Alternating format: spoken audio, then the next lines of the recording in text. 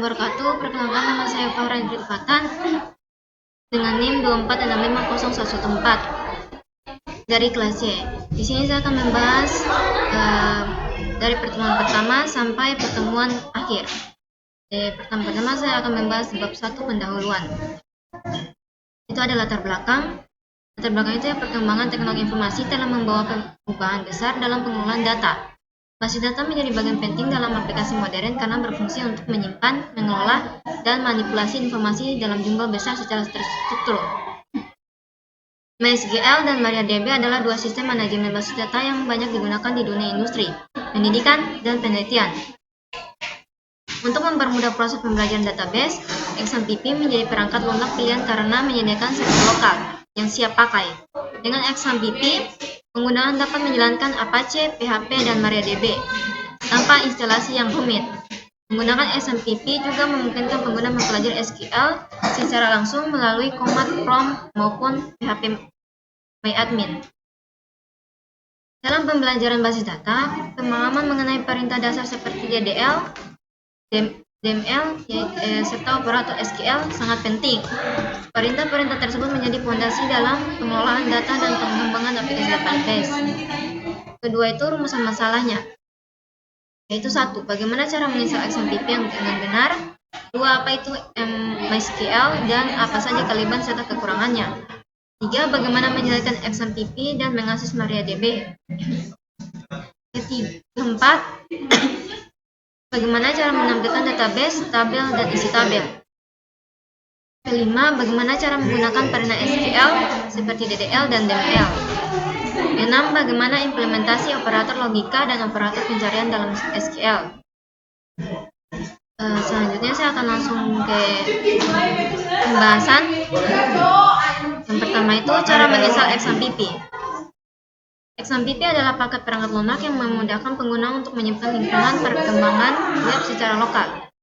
XMPP terdiri dari Apache sebagai web server, MariaDB atau MySQL sebagai database server, PHP sebagai bahasa pemrograman server, dan PHP admin sebagai alat pengelola database berbasis antarmuka web. Kelebihannya adalah memudahkan instalasi dan konfigurasi sehingga banyak digunakan oleh mahasiswa, praktisi web, maupun peneliti yang memerlukan server lokal tanpa harus melakukan instalasi secara terpisah. Bisa diminta di sini kak? Tidak. Kenapa? Saya langsung aja ke keduanya. Selanjutnya ada pengelolaan MySQL dan kelebihan dan kekurangannya. MySQL adalah sistem manajemen basis data relasional.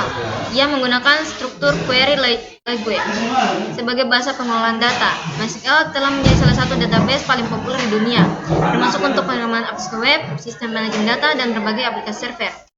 MySQL digunakan oleh perusahaan kecil hingga besar karena sifatnya yang fleksibel, cepat, dan bersifat open source. Kelebihannya yaitu 1. Gratis dan open source, 2. Performa tinggi, 3. Kompatibel dengan banyak platform, 4. Keamanan baik, 5. Banyak digunakan dalam industri. Kekurangannya itu kurang optimal untuk query kompleks, 2. Fitur enterprise tidak gratis, 3. Kurang cocok untuk data warehousing besar.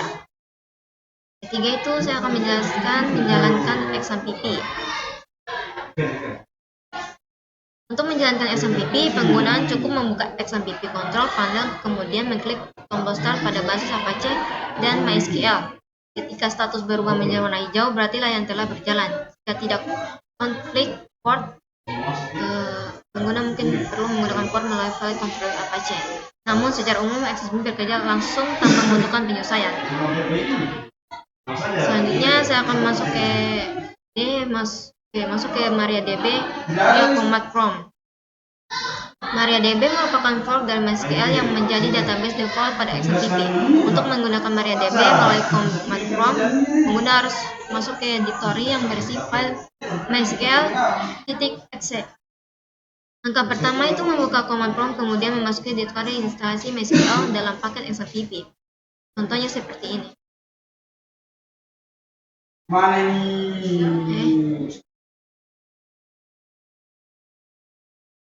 Kedua itu MySQL UROT, atau ketiganya itu MySQL UROT P. Selanjutnya, saya akan menjelaskan menampilkan daftar database. Setelah berhasil masuk ke MariaDB, pengguna dapat mulai melakukan berbagai perintah SQL. Langkah awal yang paling penting adalah melihat daftar database yang tersedia di server. Perintah untuk menampilkan seluruh database adalah show database titik koma.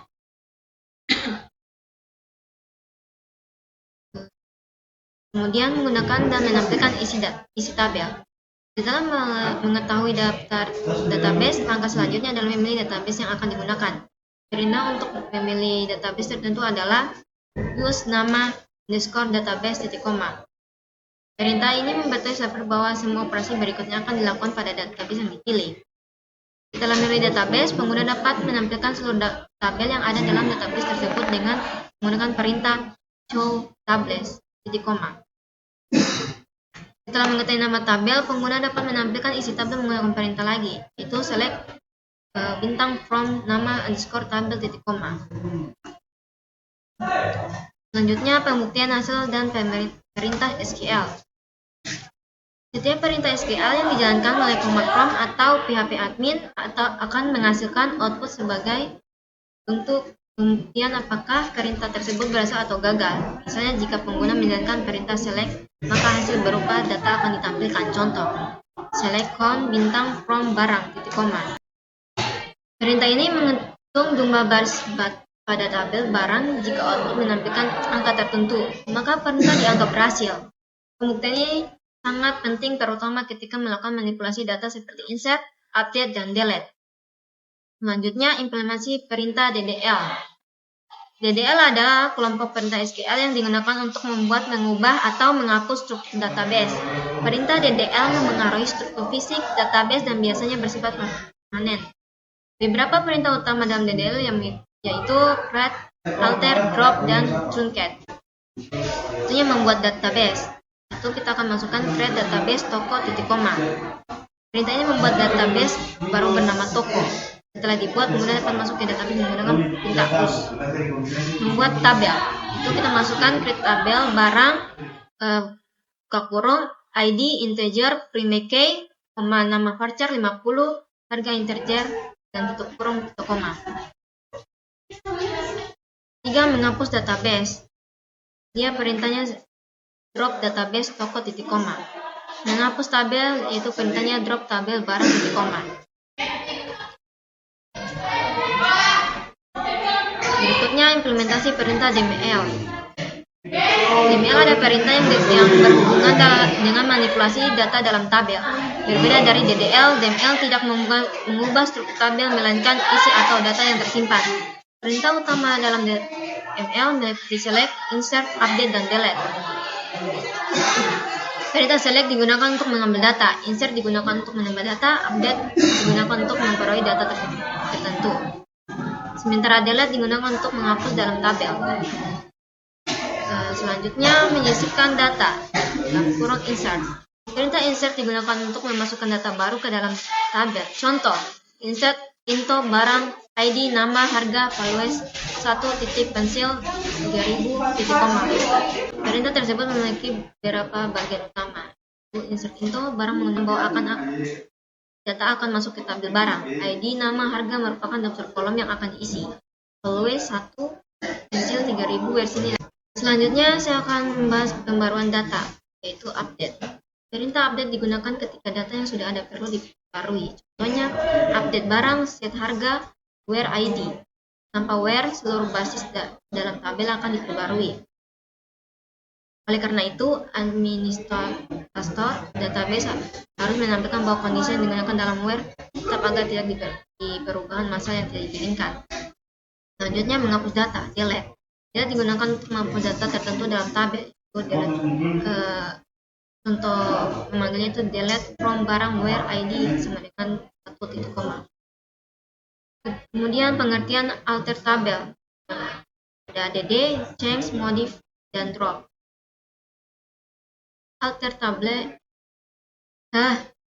tabel adalah perintah SQL yang digunakan untuk mengubah struktur tabel tanpa menghapus tabel. Beberapa fungsinya meliputi menambah kolom, mengubah nama kolom, mengubah tipe data, dan menghapus kolom. Menambah kolom itu dia pakai alter tabel barang add stok integer. mengubah nama kolom atau tipe data, yaitu alter tabel barang change, nama barang varchar 100 titik koma. Mengubah tipe data, modif, alter tabel barang modif harga double. Menghapus kolom, alter tabel barang drop stock. Selanjutnya, pengertian operator AND, OR, dan NOT. Nama AND digunakan semua kondisi harus dipenuhi. Select bintang from barang where harga lebih besar dari 1000 and harga lebih kecil dari 5000. OR digunakan ketika salah satu kondisi boleh terpenuhi. Select bintang from barang where nama pensil or nama pulpen. Not digunakan untuk menegasikan kondisi. Contohnya select bintang from barang where not harga 3000. Contohnya penggunaan between dan not between. Between digunakan untuk mencari data dalam rentang tertentu. Not between digunakan untuk mencari data di luar rentang. Between itu contohnya seperti select bintang from barang where harga between 2000 dan 5000. Not between select bintang from barang where harga atau not between 2000 dan 5000. Selanjutnya operator like dan not like. Like digunakan untuk pencarian berdasarkan pola, terutama untuk data teks. Untuk penggunaan like yaitu seperti select bintang from barang where nama like apa namanya ini, tanda petik p Tanda petik 1.